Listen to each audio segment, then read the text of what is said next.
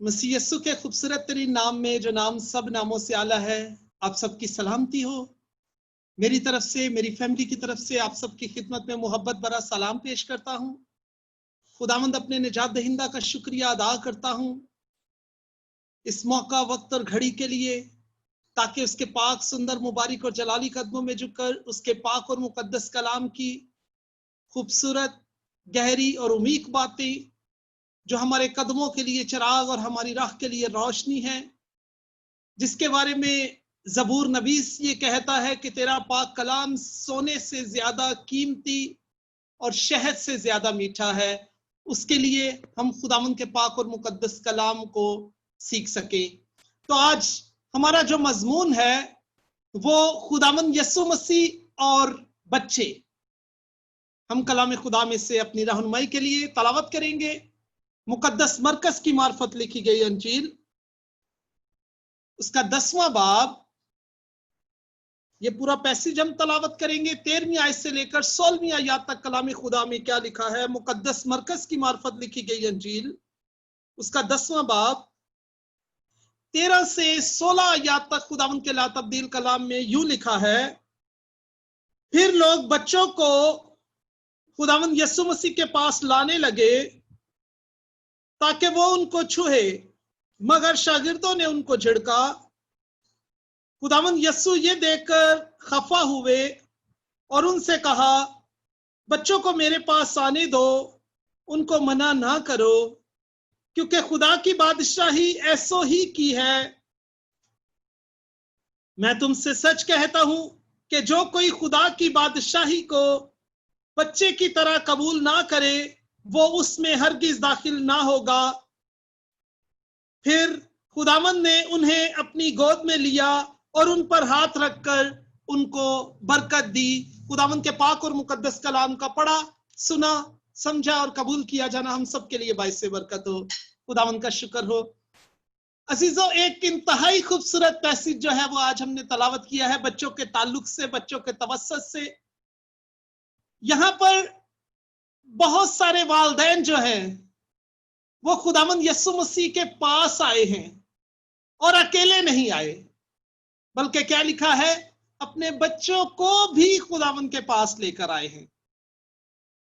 और जानते हैं, अगर आपने गौर से सुना है और आपने पढ़ा है तो आपको अंदाजा होगा कि वो किस मकसद के लिए लेकर आए हैं। वहां पर लिखा है, ताकि खुदावंद यस्सु मसीह उन बच्चों को छुए। जानते हैं क्यों? उसकी वजह क्या है? कि खुदावंद यस्सु मसीह जिस चीज को छू लेते हैं वो बाबरकत हो जाती है। और यकीनन बच्चों के लिए कलाम खुदा ये फरमाता है, इब्तदा में भी लिखा है पैदाइश की किताब में, बढ़ो, फलो और जमीन को महमूर और महकूम करो। उसके अलावा बच्चों के लिए बरकत की दुआ की जरूरत है,